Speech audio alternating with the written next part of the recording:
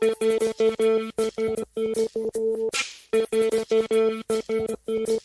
important to have a partner who understands meaningful use, knows how to work with the organizations, conduct the training, help you understand a lot of the components of meaningful use. And the person in our organization who has led that initiative working with all of our clients who have achieved meaningful use is Christen Hellman. So I'd like to introduce Christen and turn the webinar over to her. Christen?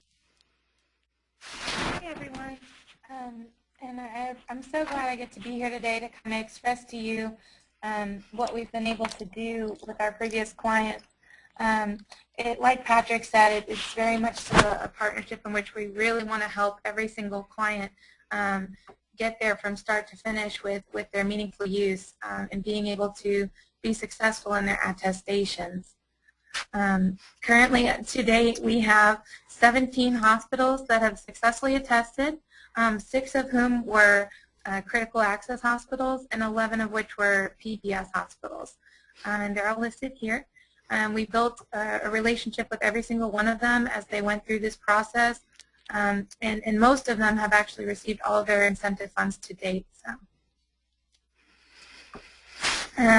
In helping them get to that point, and actually prior to and throughout that process, we've actually developed tools to assist future clients in their attestation. And Patrick, I apologize ahead of time that this was not available always in the very beginning because we've learned so much. There's the final regulation that was published, but it's very much so legal jargon. It's very difficult to understand quite frequently for some of our client base. So we've done our best to try and break that down into different documents and tools to help educate everyone on meaningful use.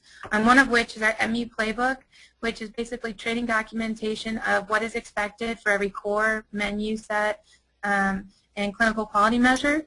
And then we also express how to meet each of those objectives in chart access.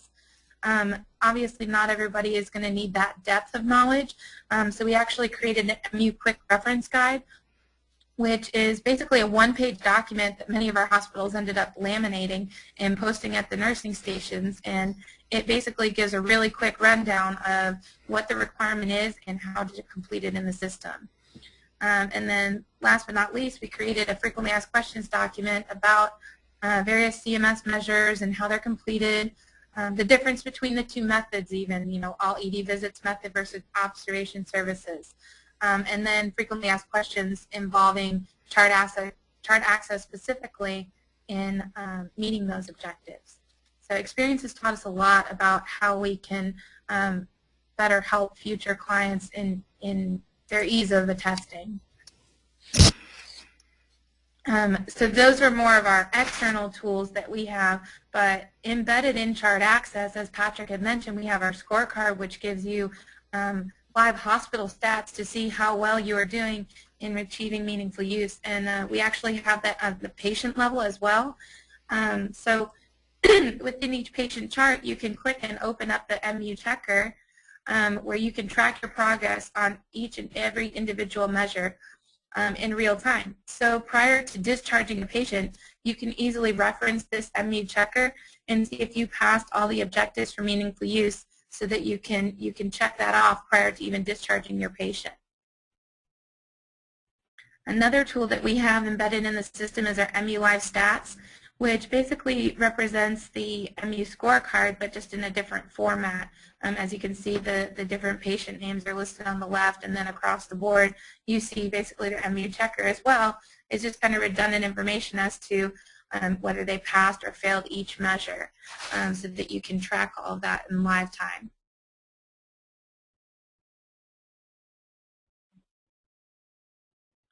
And along the way here, we noticed a few different challenges that our hospitals faced, starting with the time frame and moving from being implemented.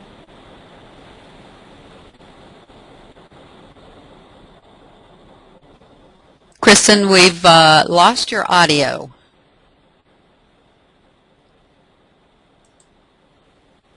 Kristen, are you able to hear us? Can you hear me? We can hear. I am. Thank you. Okay, you're back. Okay. All right. So some of the different client observations that we've seen that amongst all of our hospitals and various challenges that they've had, one of the key ones was newly adopted EHR. So a lot of them very quickly implemented our product, and then were expected to meet all the measures according to CMS regulation right thereafter during their attestation period. So the way that we kind of helped compensate for that was to provide appropriate training and provide these tools to help them through that process so they could track their progress throughout their attestation period. The second one was understanding the regulation, which as well we helped with through the use of our tools and through the use of the MU team. So myself and the client managers and other people are always available for questions if a nurse or anyone had questions regarding meaningful use. Thirdly were the objectives that required state and hospital assistance. So one of these is exchange of data, where you're required to electronically exchange data with another hospital. And quite frequently we would set up communication between two of our different hospitals for them to be able to speak. So we have a client manager on the phone assisting them through the process so that there was no confusion and that they could appropriately document that exchange. Security risk analysis was another one some people ran into. We did our best to help provide vendor contacts so that they could have that completed. And then thirdly, one that I was very heavily involved in is you're needed to send a submission of data to a public health agency at the state, whether it be immunization, lab, or syndromic. And so I did my best, and we got in touch with the state and helped them figure out how they would submit that data. We did their HL7 extract and assisted them in that process very heavily. And lastly, as Patrick brought up a few times, it's just having commitment across all departments and knowing that every single department is a part of meeting meaningful use, everything from capturing vital signs for the nurses to providing education materials at discharge, the HIM folks, physicians, of course, with CPOE, and just making sure that everybody is equally dedicated to using the system appropriately and meeting those government requirements.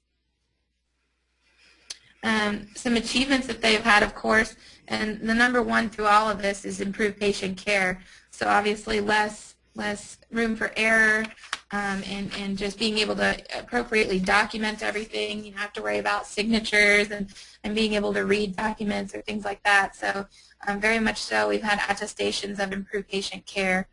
You know, the key topic of the day, of course, incentive payments are a very big driver, especially for rural hospitals as well. And then as far as thirdly, you know, that just comes along with this whole process is kind of getting to bond with our clients and getting, you know, they know that they can approach us at any time with something, and we'll do our best to always assist them and provide consulting or anything they need in achieving meaningful use. And through that, you know, they have success in later stages too. We helped teach appropriately in the first one to where I think Patrick and many of our other clients could attest that they feel confident in this second year in achieving meaningful use on their own. So just how will you achieve meaningful use? Basically the key thing is knowledge and understanding of the requirements in the law so that everybody can meet them appropriately. And then Louise, if you could click just one more. Okay, and training, of course. And then just getting everybody to adopt these new practices, new workflow if need be, things like that, and just gradually moving to that electronic record type. Utilizing your tools, that's a great way to achieve meaningful use. It requires a lot less effort by the hospital, and they're built there for a reason, just for your assistance. And then just continuously monitoring your progress and seeing how well you move throughout that process and getting better and better. And you can see that you're using the system in a useful manner. So yeah, this is kind of a nice story that we can share as well. In trying to gather requirements and write these tools and these education materials, we had to get a better understanding from CMS as to what was required as well. So we do a lot of research. Everything we publish comes from CMS. You know, they're the bottom line say, them and the ONC, of course. And so we went straight to the source. And based on a lot of the questions that we asked, they actually have updated their frequently asked questions document online, because there are a lot of questions that they hadn't accommodated for or thought of when writing the regulation. So their FAQ has been updated along with ours in this process. So it's definitely helped us understand better so that we can help transfer that knowledge to everybody else.